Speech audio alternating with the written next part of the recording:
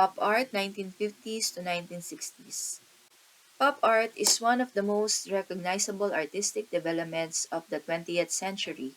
The movement transitioned away from the methods used in abstract expressionism and instead used everyday mundane objects to create innovative works of art that challenged consumerism and mass media. This introduction to identifiable imagery was a shift from the direction of modernism. Pop artists like Andy Warhol and Roy Lichtenstein sought to establish the idea that art can draw from any source, and there is no hierarchy of culture to disrupt that.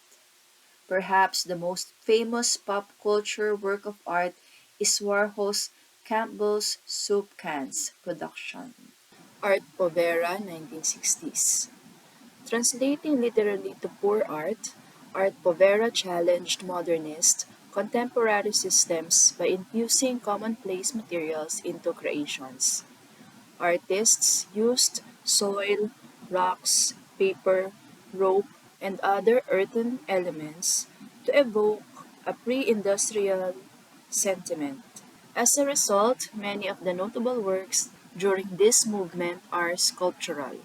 Italian artist Mario Merz, in conjunction with other Italian artists such as Giovanni Anselmo and Alighiero Boetti, created anti-elitist works by drawing upon materials from everyday life. His 1968 Giap's Igloo, one of what would soon become his signature series of igloos, focused on his occupations with the necessities of life: shelter, warmth, and food. Minimalism, 1960s to 1970s. The minimalist movement emerged in New York as a group of younger artists began to question the overly expressive works of abstract impressionist artists. Minimalist art instead focused on anonymity, calling attention to the materiality of works. Artists urged viewers to focus on precisely what was in front of them, rather than draw parallels to outside realities and emotive thoughts through the use of purified forms, order, simplicity, and harmony. American artist Frank Stella was one of the earliest adopters of minimalism, producing non-representational paintings as seen in his black paintings completed between 1958 and 1960. Each features a pattern of rectilinear stripes of uniform width printed in metallic black ink. Conceptual art, 1960s to 1970s. Conceptual art completely rejected previous art movements, and artists prized ideas over visual components, creating art in the form of performances, ephemera, and other forms.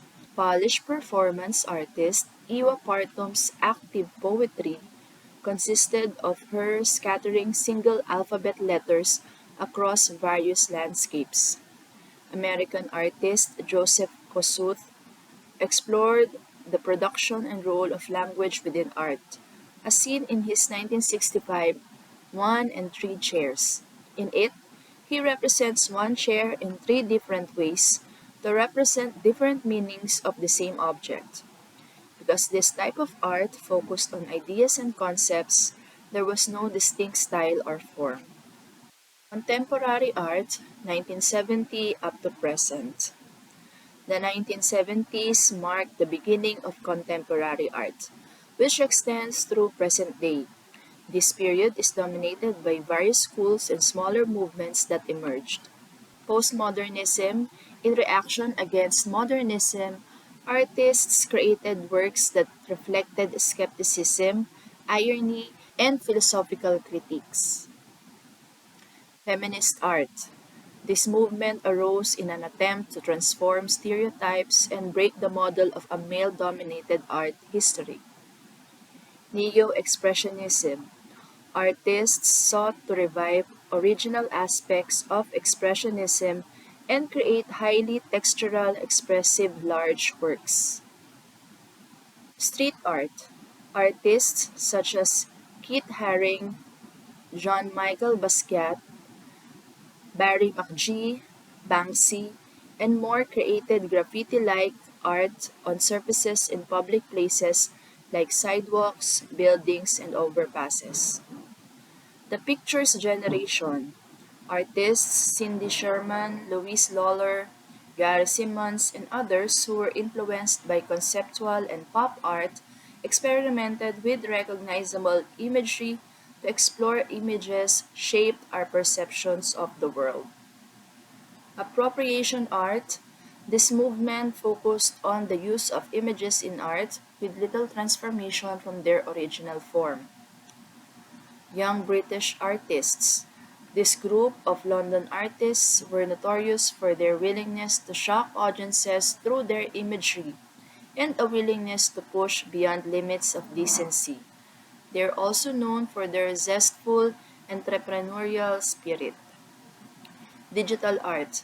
The advent of the camera lent way to this artistic practice that allowed artists to use the infusion of art and technology to create with mediums like computers, audio and visual software, sound, and pixels.